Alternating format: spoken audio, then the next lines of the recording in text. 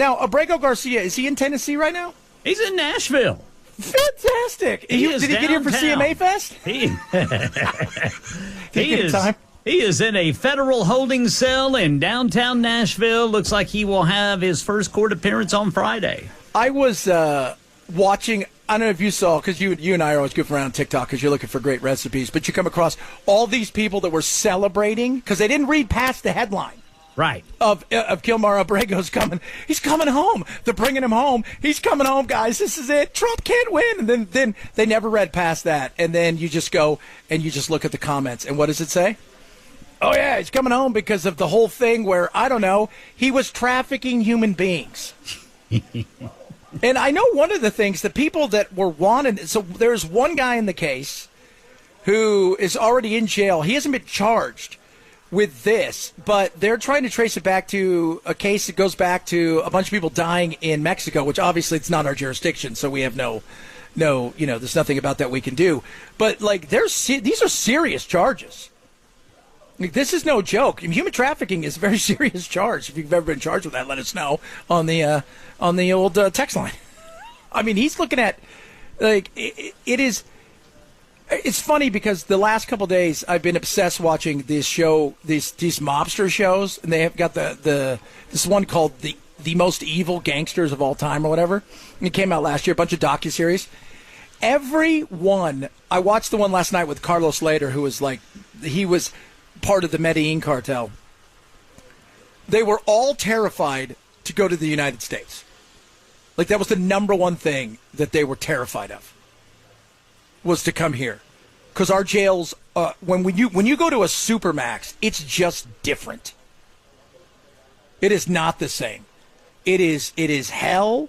It is, you are in a cell with no human contact sometimes for so long. And some of the people they were pointing out to last night were in basically in a cell 23 and a half hours a day, 7 days a week, with no other human contact outside of their guard. It hits different here when you're doing this. So this guy faces some serious time, and which is good. He's going to get his due process. Probably not what he thought. He probably thought they're going to look, and they're going to think, my good dad. Because he was the dad, right? He's dad of the year. And it is Father's Day this weekend. No, you're coming back because you face some serious charges. And, this is the due process he was not thinking he was going to get. And I love watching the left kind of spin it as in it is, well, we just wanted him to have his time. This isn't the due process. This isn't the trial you want. This isn't the get in front of a court to show everybody that you were trying to escape and, and you came here because of violence there and blah, blah, blah. This isn't that. You're facing a whole new due process that carries with it prison time for a very long time in our country. If it's, again, true, everything's an if, because the beauty of our due process is we have to prove that you've done something wrong. So he gets his first, what'd you say, Friday is his first one? Friday, I believe, is when he will be arraigned. Ooh. I don't think he's going to get bail either because he might be a flight risk. That's my assumption. Outside of this judge's order, he's not a citizen. So that's the thing, too. Yeah. Yeah. And not a citizen. And the way this would work is if he was convicted, he would do time here, and the minute he got released from doing his time, however long that would be, say it's 20 years and they release him at 15, they would take him straight from the prison to the airport and fly him to El Salvador. Yeah. That's if he's convicted of something. And again, I don't know what he's facing as far as time goes. But those are serious allegations. The other thing we're talking about, obviously, what's going on in California. And it's just not California. Minneapolis had a bunch of crap out there, and they were super excited because they're somehow warding off the evil that is ICE. And the thing that made me laugh, and is they're celebrating, who are these evil people? The Gestapo. First of all, the Gestapo was your neighbor, and they didn't wear a mask. So you're wrong about that. So when you start saying the Gestapo and they're doing this, no, they're wearing masks. Of course they are. They're wearing masks because that's what they do, and especially at a time where it's heightened.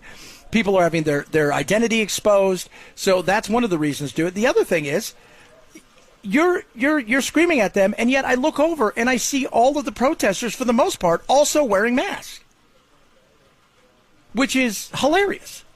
Is that what you do, right? Oh, no. You're not supposed to. It was really weird.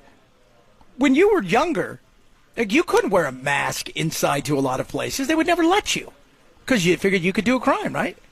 Right? You figure you could do anything and nobody's going to see who you are. Then COVID came and somehow the mask was okay. And then the mask has morphed into everybody wears bandanas like it's the Old West, which is hilarious. And I'm just like, this is what you got. But the nightmare that's going on in California, in particular Los Angeles, I know there's been some stuff up in San Francisco, but San Francisco is trying to clean itself up a smidge because they've realized they've lost a lot, and they've got a new prosecutor up there who is a little bit harder. You do a day, like today's one of those things where if it goes on from today into tonight and it affects traffic really bad, the mood in the city will change fast.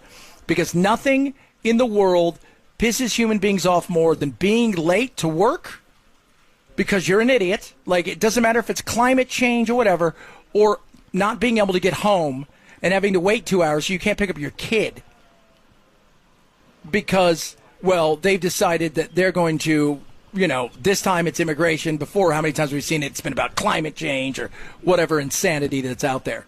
Just don't play that game. And if you're in the street and you're on the freeway and you get run over, isn't that one of those things, maybe I'm wrong, you kind of took your chance. And you went in the street.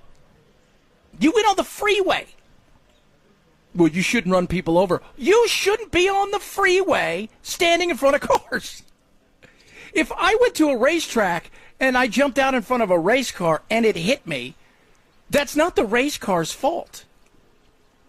Shouldn't it be the same thing? Now, I'm not condoning anybody running people over.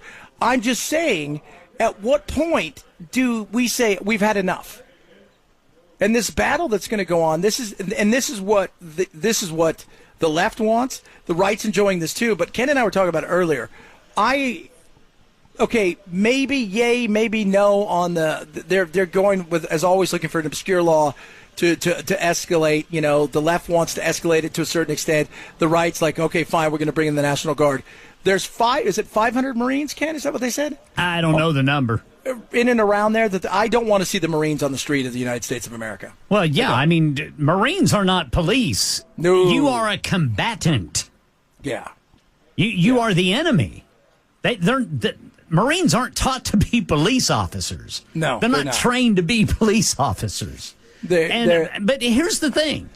Newsom and Mayor Bass, get a hold of your city. Yeah. Which they can't, because they don't want to. Exactly. And the funny thing is, you're fighting for people who can't vote for you. You're fighting for people because you think somehow you're going to win some sort of a social justice award that's going to propel you to the governorship or to the president's house. It is not going to happen. It's not. And enough of this crap. And running around with flags from Guatemala and flags from Mexico and flags from wherever, chanting all kinds of horrible things, all the while saying you want to stay in America is not the way you do that. That is a bunch of BS. I was going to say something else, even though I haven't been drinking and I'm out here. I decided not to. I almost said a bad word, is what I'm trying to say. And I know Belle's not paying any attention. Are you, Belle? You What? paid attention a long time. See? Huh? See? Huh? What? Who is this? Thank you very much. Who's on my phone? But I lived in New York for a decade.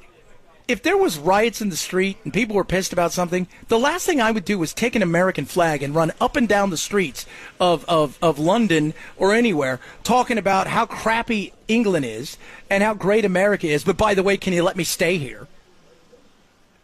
I've never understood that. I have never understood that. I've never, ever in my mind understood how is it you can want to be here, how you can hope that you can be here, how you can think, oh, God, please let us stay, and do all of those things. And the entire time you're doing that, you're doing it with, I saw it in Dallas about a month and a half ago. They're running around. They're throwing a fit. They've got flags of Honduras and Guatemala and El Salvador and Mexico. And I'm thinking, that's not what you do. That's not what you do. If you want to be a part of our country, great. Do it legally. Let's find out who's the bad people. By the way, help us expose who the bad people are. That may be a helper for you. But while that's all going on, don't be celebrating where you came from as if it's the greatest thing in the world, all the while doing everything you can to escape it. But who are we, right? So ridiculous.